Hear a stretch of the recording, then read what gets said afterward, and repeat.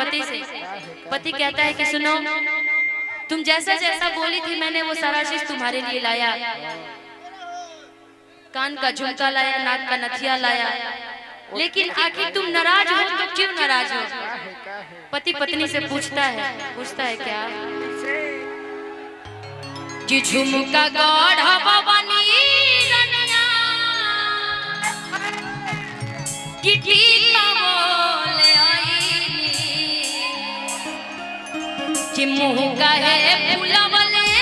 बार कि कमन काम कईनी। पति कहता है, बड़ी प्यार से पत्नी को मनाता है कि झुमका गढ़ा भवानी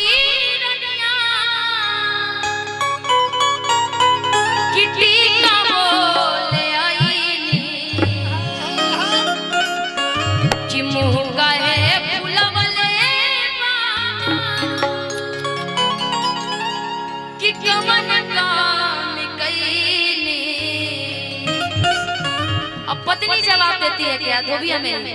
हमर घूंघट उठैला ना छीना कुछ लेके आइला ना, हमर घूंघट उठैला ना छीना कुछ लेके आइला ना, कदेहिया खोजे हमर दिल तोरा बलन के तोरा सुतैला ना, हमके तोरा सुतैला ना, कदेहिया खोजे हमर दिल तोरा बलन के तोरा सुतैला ना, हमके तोरा सुतैला। झुमका गढ़ा भवानी रनिया टीका बोले आईनी, झुमका गढ़ा भवानी रनिया टीका बोले आईनी, मुँह का है फूलवले मारू कमन काम कईनी, मुँह का है फूलवले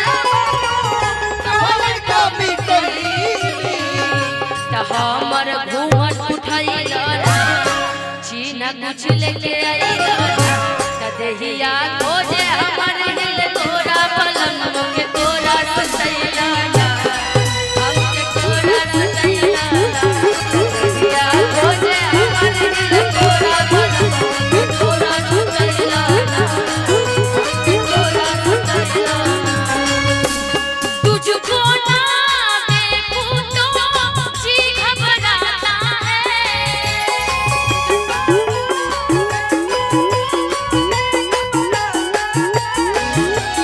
तुझको ना देखूं तो जी घबराता है, देख तुझको दिल को मेरे चैन आता है, देख तुझको दिल को मेरे चैन आता है।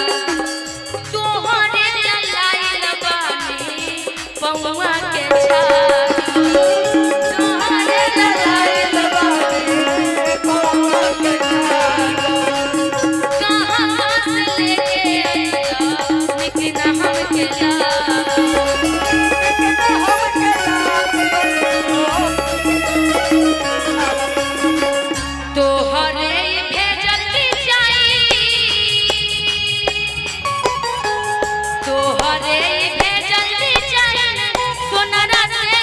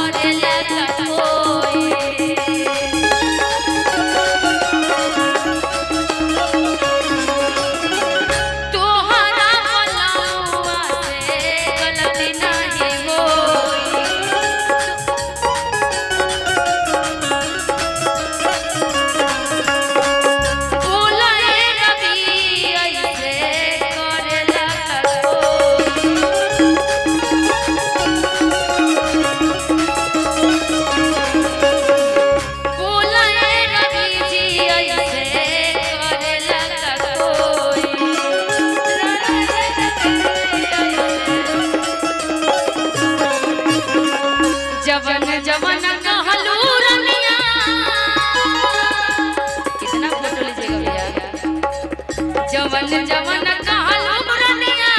सब हम लईली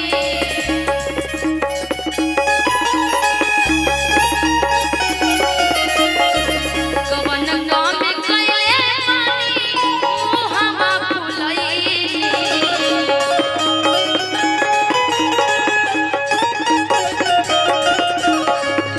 त हमर